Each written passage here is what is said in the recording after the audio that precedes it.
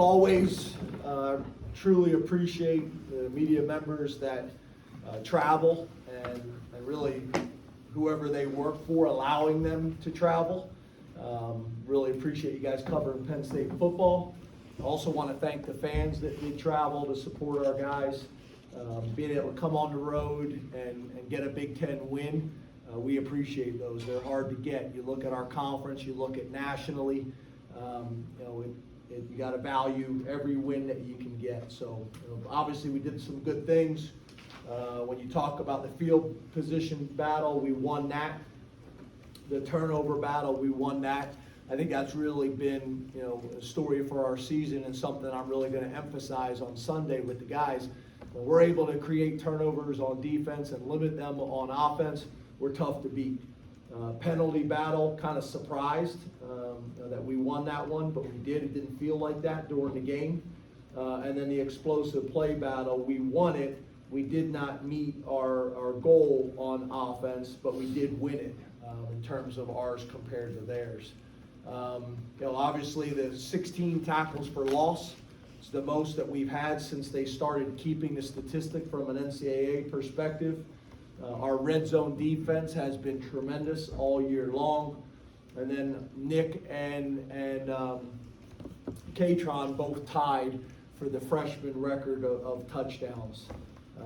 Obviously those things are big for us. Those guys are producing and being erasers for us in the run game. And then the last thing I'll say, then take questions, is obviously Jake Pinniger's playing really well. Their return man, number 12, we were concerned about him being a factor in the game, and I thought the kickoffs today were consistent and really made that guy a non-factor for the most part of the game. And then obviously hit a 50-yard field goal too. So some good things there to build on. Open up the question. Raise your hand, we'll call on you. Mark? James, could you talk about the play of the offensive line with all the guys that you had out, and particularly Drew Shelton coming into a tough position like that, and how you thought the group did and he did? Yeah, I can't have it both ways, right? I can't say I'm not going to talk about injuries and then expect you guys to understand how challenging that was. Shelton as a true freshman, starting at left tackle in the Big Ten in this type of game on the road, has not played a whole lot. We're trying to redshirt him if we could. Not only did he played well. You got J.B. Nelson, who we were trying to redshirt as well, played a ton of reps today. You see Sal, he's banged up and bruised, and he battled today. You look at Hunter, banged up and bruised, and he battled today. Really, really proud of those guys and what they did and how they did it and the sacrifice that they're making for the team.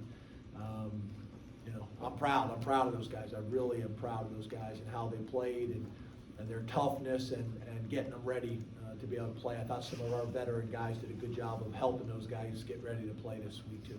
Rich? James, since it was a topic of discussion, why did you decide to stick with Sean as the starter, and can you evaluate both quarterbacks, both Sean and Drew? I'm sorry, say this again? I said because it was a topic of discussion, why did you decide to continue with Sean as the starter, and can you evaluate both quarterbacks? Yeah, nothing had changed. We still I told you I had discussion with members on the staff, but nothing had changed from our perspective. Everybody still saw it the same way. I wanted to make sure that I wasn't too close to the decision, literally to a man. Everybody saw it the same way. Now, obviously, we would have loved to get Drew in this game. That was part of the plan, to hopefully continue to get him as many reps as we possibly can. But it really, I know you guys, I think the last time I got together with you, I think my first 7 questions were about the quarterback position. And for us, it wasn't it wasn't a lot of dialogue. It was one discussion that we had, and after that, we just kind of went back to our normal operation. Can you evaluate how both of them played? I don't have this. Yes, I do. Sean was 15 for 23 with 1 interception. Drew was 9 for 12 for 2 touchdowns. You know, obviously Sean, you know, did some really good things. The one interception, obviously, you know, we got to get rid of that. You know, it's one thing if a defender makes a big time play, but that wasn't the case there. So we got to get rid of that. But overall, he does what he always does, which is do a great job of managing the protections, great job of all the checks that we're using in the run game or the find motions and things like that we do to account for guys. And then Drew got a couple series with the ones against the one defense, and then late in the game it was a bunch of the twos in there against the two defense, so it's kind of hard. You're not really comparing apples to apples. You know, but I also understand that you guys don't get to see it as much. I know everybody's got strong opinions on what we should do with, and it's not your fault, but with probably less than 1% of the information, where we get to watch these guys in practice every single day, in meetings and in the games, and they're both doing really good things, and obviously we need to continue to get Drew as many opportunities as we can. Mike? Hey, James, when you say I wanted to make sure I wasn't too close to it, you mean, could you elaborate on that a little bit? You mean loyalty to Sean, who's... No, what I said is any situation. It's like, you know, I remember back when you'd write essays and you'd write an essay over and over and over, and you got a typo in there and you don't see the typo, so you get a fresh set of eyes on it to look at it. So, you know, making sure the way I see it is the same way that the offensive coordinator sees it, that the other guys that got head coaching experience see it, that the defensive coordinator, that everybody sees it the same way. Ultimately, that's really my job, in my opinion, is to make the best decisions that we possibly can for the program. But I don't sit there, you know, making those decisions on my own. I talk to the people that I have around me. We do that in recruiting, we do that in personnel, we do that in scheme. We have discussions. We've got a bunch of talented people in the room with a bunch of different experience, and, you know, with every decision, I try to get their input. Ben? Obviously, Kaytron played a physical, successful sort of running game today. How he does really helps how Drew develops the ability for him to help the guys around him. How important do you think that is, not only for Drew, but for Kaytron, for them to both sort of be able to feed off each other? Yeah, I think it's really important. You know, we got two really good backs that obviously we're excited about, and they're getting a ton of reps and getting a ton of experience. But I think your point is a good one.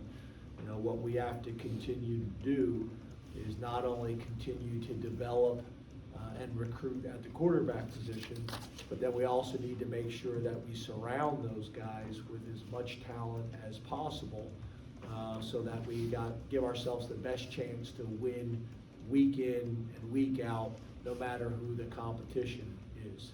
And to be able to take a check down and hit a Kaytron Allen and him be able to break it for 30 or 50 yards, they're big time plays. To be able to hand the ball off to Nick Singleton, and he's a threat to score at any point during the game and go 80.